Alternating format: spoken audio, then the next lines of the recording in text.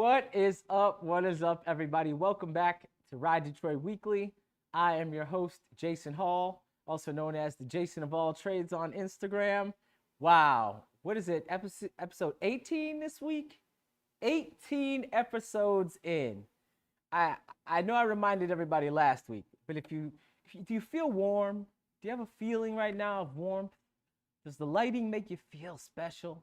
Well, we got new lighting. Like I said, anytime we get to a certain level, we just up the ante. So hopefully you feel a little bit warmer. The lighting is a little bit nicer. The mic sounds good. I mean, everything is feeling great. I got the power up drink over here. So with that being said, before we even get into this, I have to remind everybody, if you haven't subscribed, please consider hitting the subscribe button.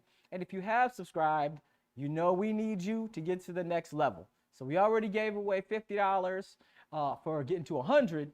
Now the next prize is a $100 gift certificate to Electric Avenue Bikes when we hit 500. We just crossed 160, and for those who it's hard to understand, it actually took us quicker to hit 160 than it took us to get to 100. So that's how fast we're actually growing, all right? Because you guys, all the viewers, are out there helping and pushing the everything going out there. So thank you, thank you, thank you. We've had people using the campaign, Do You Ride with RiDetroit? They've been hitting up the hashtag. They've been showing me that they're out riding. It is 80 degrees in Detroit today. We've been chock full of service. Everybody's getting in because they didn't take my advice, which was get it done in the spring. They waited till they got 80, and now they all want to get it done, and that's a whole nother story. But Electric Avenue Bikes is a full-service bike shop. So we service all bikes. So make sure you bring any bike by. Make sure you give us a call. Make sure we got what you're looking for. Maybe make an appointment. But we do service all bikes, and we sell only e-bikes, all right? But we service them all, so make sure you come by. Keep the hashtag going. Keep showing me how you're riding. I love it. I love it. Hopefully, I will see you out in the streets. All right, last week, we had Adam Kidd on from Shimano e-bikes. Man, Adam was awesome. Filled us in about the stuff that they have going down. I totally didn't even know that you could actually take their motor and tune it down. And that was one of the cooler things that I thought was about it. And they really put me on to the fact that I usually think of 20 miles an hour and I think of a cruiser. But in reality, they focus more on the mountain bike end of things. And that's a whole nother thing. So go back and watch the Adam Kidd episode. That and all of our episodes live on this channel, the RiDetroit YouTube channel. And you can also watch all of our stuff. We just launched the EBike Experience. We're going to be periodically doing e-bike reviews. So we did a review of the Elant 7 Plus S. The S stands for speed. It's 28 miles an hour. That thing is awesome. One of my favorite out of the line. I mean, we're going to hopefully get to the carbon edition of that, the carbon version. But the 7 is actually awesome. So definitely check that out as well. Not quite sure what the next one's going to be, but we'll get that one out to you soon. Also, all of my Murals in the Market videos, even though we have discontinued Murals in the Market for the time being, you can go back and watch over 40 plus interviews with artists from all over the world. Some of the most amazing people you'll ever hear. I mean, you're talking Kashink from Paris. You've got Sheefy McFly from Detroit. We go all the way to Germany. So go check all that out on the RiDetroit YouTube channel. Without further ado, this week, man, I get a smile. I'm already getting warm inside. This is one of my best friends. I actually look up to this guy like a mentor. I know he can hear me saying it right. He's heard me say it before. Michael Reuter has really brought me up in the game. Whether it was acoustic bikes, any question I had about doing a show or anything in the bike world, I've always been able to reach out to Michael. So it's awesome and so special to me that we got to partner up this year on RiDetroit and Electric Avenue Bikes. Ladies and gentlemen, Michael Reuter, the man, the myth, the legend himself. Michael, what's up, brother? Hey, Jason. How are you? How are you, man? I'm good. You're looking good.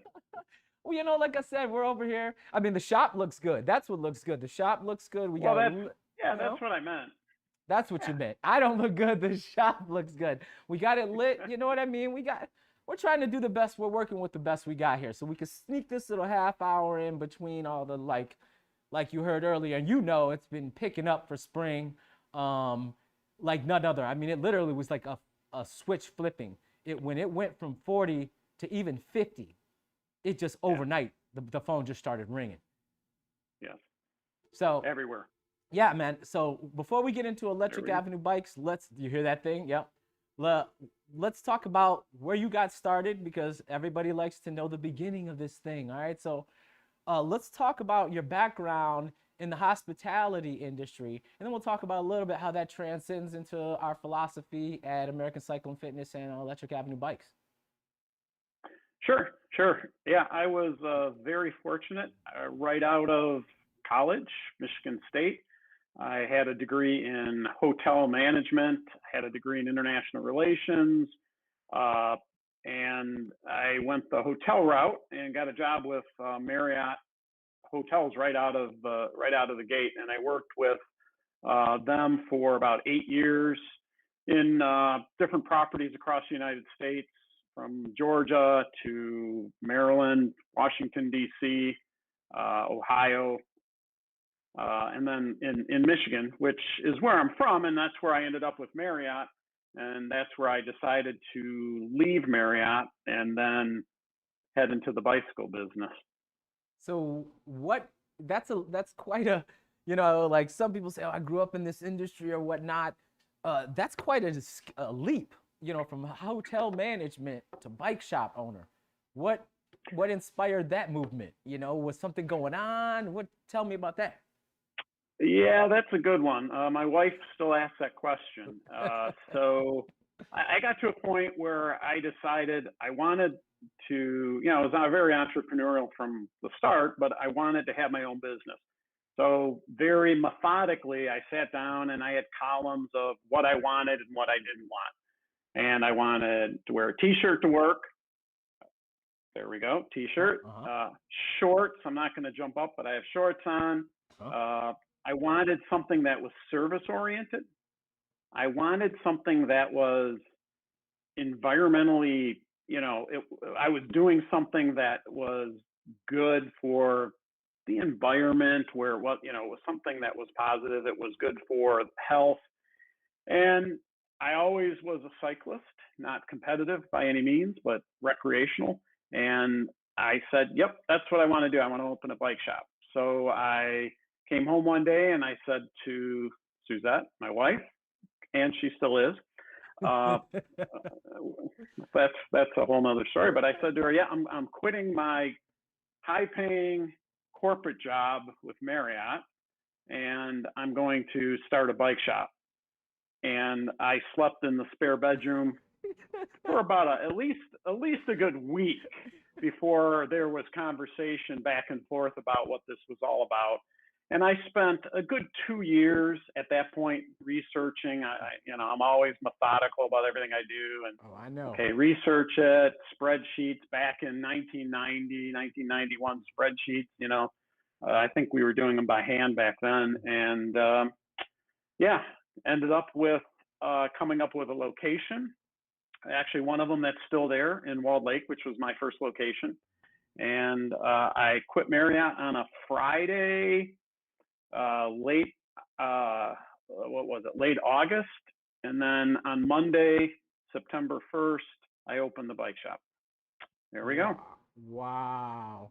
So when did you have your first, and I know you've had many, when was your first, I think I might have done the wrong thing moments in life? Like in that, did you ever have, I mean, come on. Oh, the first day. The first day.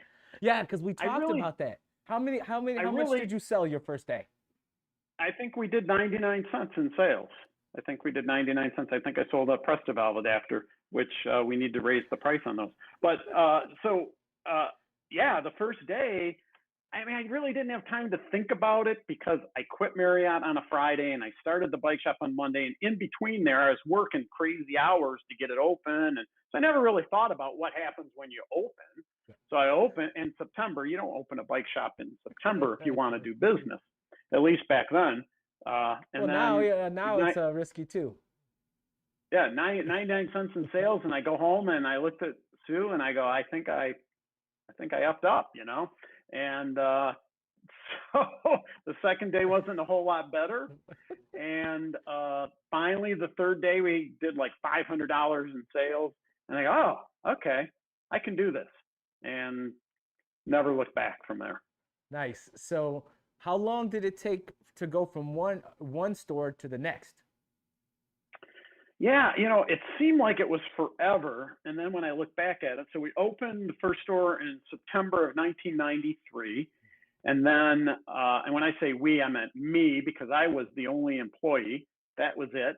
I worked 7 days a week, open to close. I built bikes, I serviced bikes, I sold, you know, I did everything. Customer would come in and the phone would ring and I'd yell to the back, hey, George, get the phone, you know, so it looked like there was more people working there and there wasn't. And so in 1995, actually, I guess it was January of 1996, I did have a business partner, Mark, who had a store in Grosse Pointe. But that's another story. But we opened Royal Oak. We bought Jerry Pavlot, Two Wheel Authority. If you remember Jerry, a lot of people probably do. We bought that store and opened that in January 1996. So that was actually the second location that I was involved when. There was a third location, which Mark owned outright. So that was a good time for bikes because I mean, mountain biking, it seems like if I remember correctly, everybody wanted a mountain bike at that time. You know what I mean? It was, everybody thought they were, even though they weren't really on a true mountain bike, that was like the style. So you guys are probably doing pretty well at that time. Was there a time after that, maybe it dipped, or did it just sort of stay? How's the market been? Yeah, I mean, right from the get-go, that first store took off and became, within probably 2 years, was probably the number one location out there in Walled Lake, Commerce Township area. The Royal Oak store at that time, it was in downtown Royal Oak on Washington. It was 3,000 square feet, so relatively small Right. for what we were used to.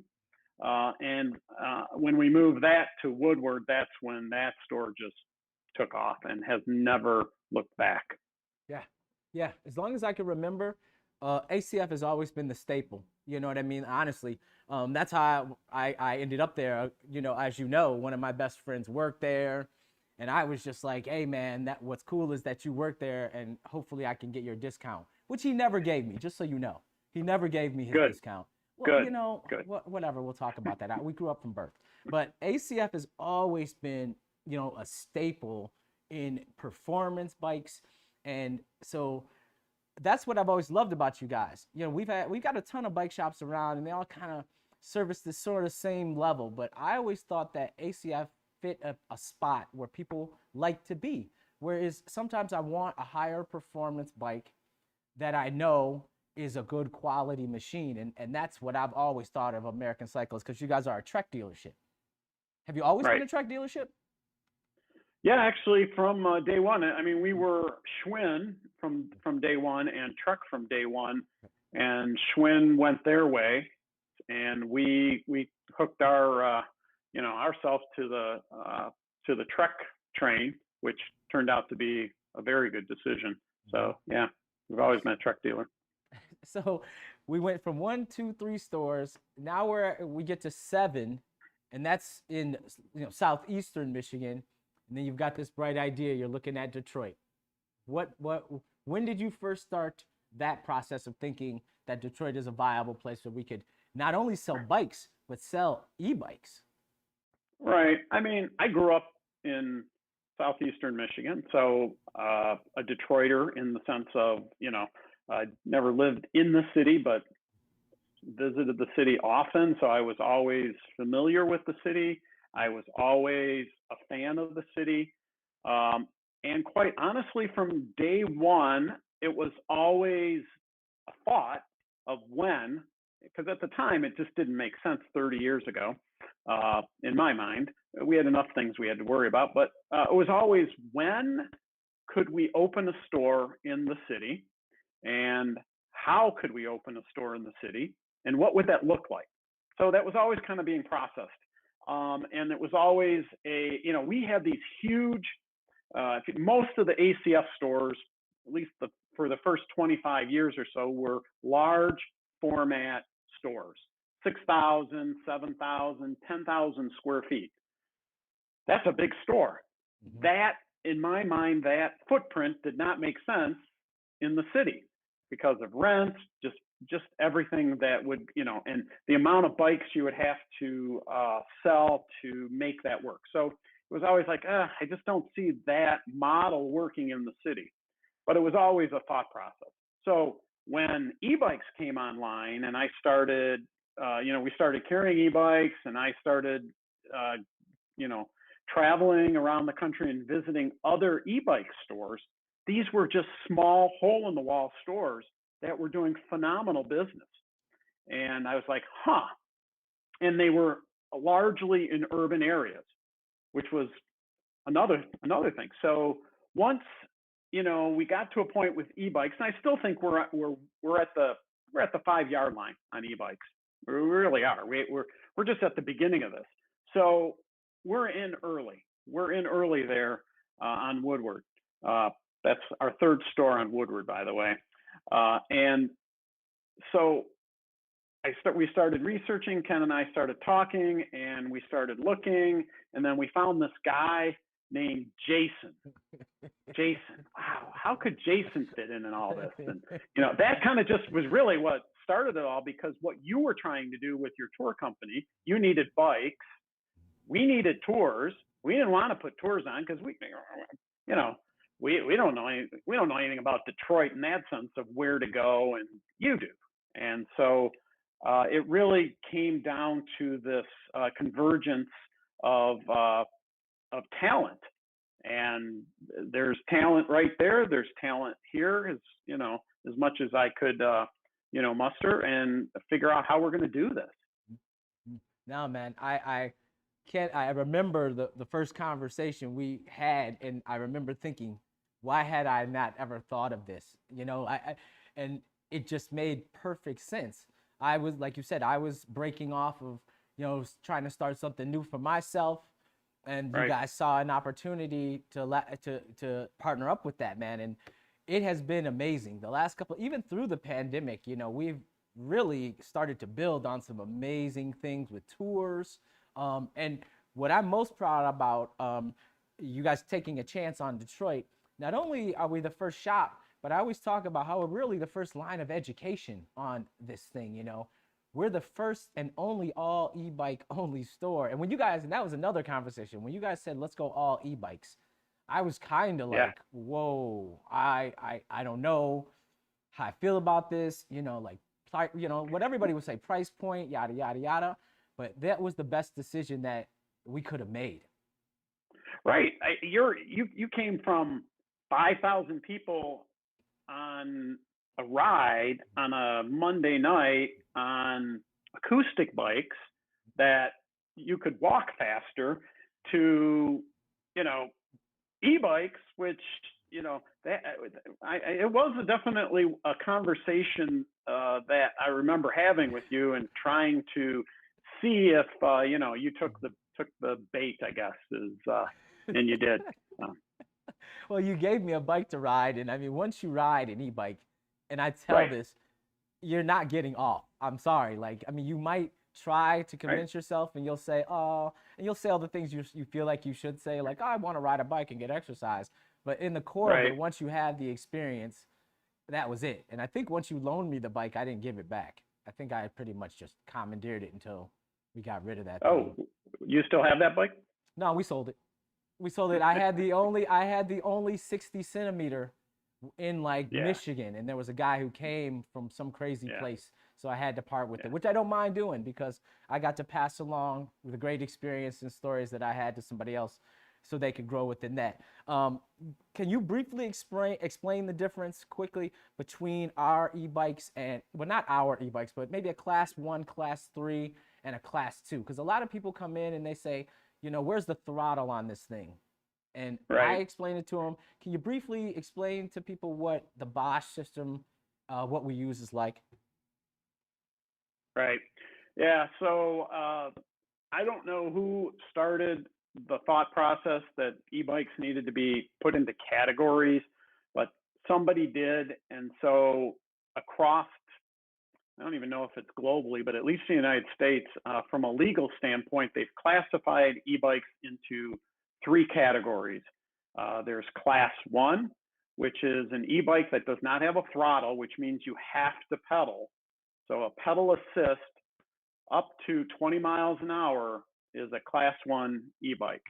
And that's important because there's certain places that you can ride a class one e-bike. And then there's class two e-bikes, which is a throttle bike, meaning that you don't have to pedal. It's just like, I guess, a throttle on a motorcycle for the best way to describe it. And so you don't have to pedal. You can use a throttle, and it's up to 20 miles an hour with the throttle. And then there's class three e-bikes, which is up to 28 miles an hour pedal assist. Okay, class one, for the most part in Michigan, we've worked to have laws passed with the League of Michigan Bicyclists.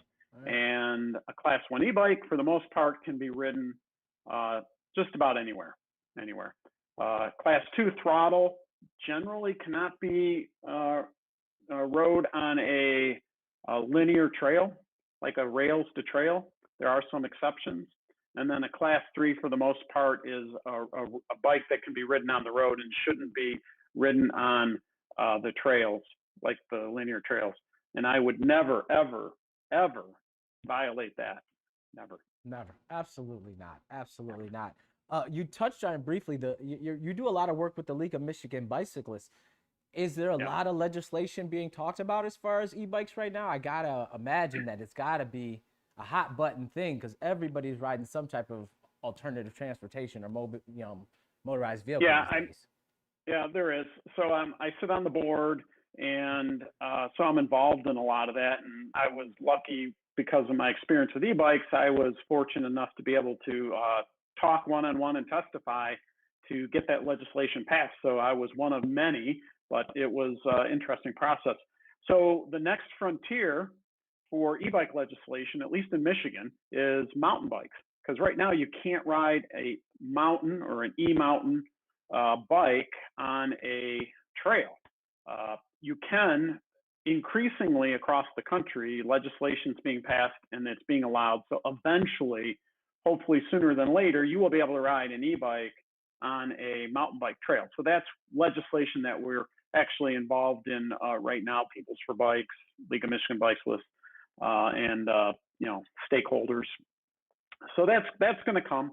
It's going to come just because there's going to be more people riding e-bikes than not riding e-bikes. So once you have a shift in the amount of people voting, per se, in that direction, you're going to get it. Oh, absolutely, absolutely. So we talked about how good the industry has been and how fun, and we talked about starting in it, but it does have its ups and its downs. And right now we are in the middle of sort of an up, not even sort of an up, a very what they call a bike boom. Can we talk for a second about what's happening? And because I get calls all day, people asking for bikes, and I'm telling them, not us, it's a global shortage. Can you talk to us about that for a second? Yep. So this is prior to the pandemic, we had a bike boom in e-bikes. Okay, it was starting. It started in Europe. There are places like Germany where 50% of the bikes that they're selling are e-bikes. This has been going on for the last 10 years. So what's happening in the United States with e-bikes? Like I said, it's right at the 5-yard line. We're just at the beginning of this.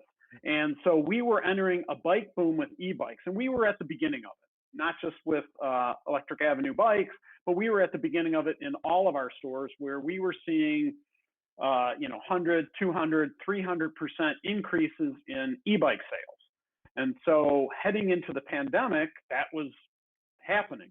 Then we started having a bike boom on just regular bikes. So now it's called, we have a bike boom going on, all right, heading into the pandemic. And the pandemic really wasn't even playing into that yet. Then the pandemic hits and people go, I want to ride bikes because we can't do anything. So all that together combined with a supply chain being not just in bikes, but cars, manufacturing, lumber, anything, supply chain constraints as a result of the pandemic has created a bike shortage beyond beyond anything that you could imagine, in the sense of you'd walk into a store, walk into EAB, walk into any of our stores, and where we would have 300-400 bikes on the floor, we have 25. And we have in queue people that have put deposits down on bikes, and it will be many months before they get them. It makes what happened in the mid 70s seem like nothing. So this is going to go on for a while. Yeah, and that's what I mean.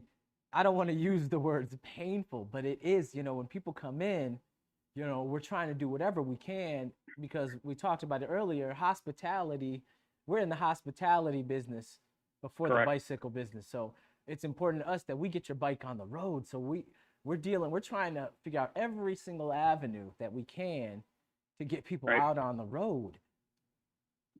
What do go ahead. I was going to say, but we have what we have there, we don't have everywhere. We have rental bikes. We have RiDetroit. We can take somebody on an experience. We're not going to sell those bikes. We're going to keep them there for rentals for RiDetroit, no matter what. And people can come and they can get on those bikes. They can test ride them if they want just a short test ride, or they can go on a RiDetroit tour. And once they're on a tour, they come back. They're smiling. It's over. They're converted. Absolutely, absolutely. So what do we have to look forward to for the future? We're talking about these bike, this bike boom boom. What do you think is coming up? I think the e-bikes will make acoustic bikes, I don't want to say obsolete, but you'll walk in and somebody may say, hey, you remember those acoustic bikes? Do you have any of those? And we go, oh, yeah, there's a few in the corner. And e-bikes will be everything that's on the floor. Every type of bike today that you see will have a motor on it, meaning whether it's a fat tire bike, trikes, everything will be made into an electric assist or even a throttle e-bike. And so that's going to become the mainstream. But what's more fascinating about that is what e-bikes do, and this because you've experienced it, but it transforms transportation, especially in an urban area. So e-bikes, you have the e-bikes on the one end, and then you have electric cars on the other end, and then everything in between. And that's going to transform transportation in the world, and especially in the urban areas. And so you can once you get on an e-bike, you can start to realize how you can get from point A to point B, and it's not going to be necessarily by a car. More than likely, it's going to be some form of electric transportation, and bikes will play a big part of that, and they already are. Well, I can tell you, like, one of our biggest sellers, the Turn Cargo, 90% of the people I would say that walk into the store have no idea what it is. But once I talk to them about the versatility, and we're talking about living in an urban area, that's probably our number 2 selling bike right now, because once you break it down, it's versatility of utility versus, just straight pleasure. It's an amazing, it's really a city bike. And what's cool about e-bikes is they make a different type of e-bike, like when you touch, for every kind. I mean, there's a cruiser, there's a mountain bike. So I agree. If you'd have told me years ago that acoustic bikes would be going out, I would have laughed at you. But I was also the same guy who would have said 5 years ago, if you put a motor on my bike, I would have punched you in the eye. So I am converted. I will go on record saying that I don't think I've touched an acoustic bike since the time you loaned me the bike, because I prefer the option. This is what I tell people. If I'm out on a bike ride and I go 50 miles, I got to get back. I would rather have the option to turn the motor on than not have any option at all. I think once people hear that and start to deal with that processing, they'll start to convert. right? I mean, I go to the bike shares. I go out of my way to find the electric versions of them. I mean, it's crazy. So the last time I was on an acoustic bike was on a bike share riding to another station so I could find an electric bike. I'm telling you, I wouldn't even know. I mean, I've ridden one, but they just feel so weird to me. Yep. The construction of them are just so different that they feel almost flimsy to me now. You know, it's so weird. So, Yeah, Michael, yeah. any last words before, you know, I let you go, brother? I know you got a busy day, and I mean, we had a great meeting this morning, first thing in the morning, one of the best meetings I've had this year. Thank you. And then you had a meeting after that, and I know you got another one probably coming up. So any last words before we let you go? No, I mean, anybody that knows me, they're probably sick of hearing me talk about e-bikes because I can talk about them all day because they will change your life. Yeah. That's not an understatement. If you've never been on one, I challenge you to ride one and tell me that it's not going to change your life. Yeah. Yeah. Now, I have a thing that I do. Sometimes I'll go on a tour with somebody, and there's always somebody on the tour that says, "Oh, I don't want to ride an e-bike." And I said, "Well, you can ride it with the motor off. You know, that's fine." And I say, "I'll bet you," and I say, "But I bet you $20 you're gonna turn that motor on today." And then 10 minutes later, they fly past me going, "I get it now." So I've seen it happen a million times. Once again, Michael, thank you for coming on today, brother. I've been waiting to do this, and I was waiting till I had viewers, and now we got the sassy lighting. I mean, this is amazing, brother. I hope I get more likes than Kenny. That's all I care about. Ooh, you got some work to do, my man, because he's up to probably, I think, near 375 views and still growing. So you better start sharing and I think he's been campaigning. You know, maybe even paying people.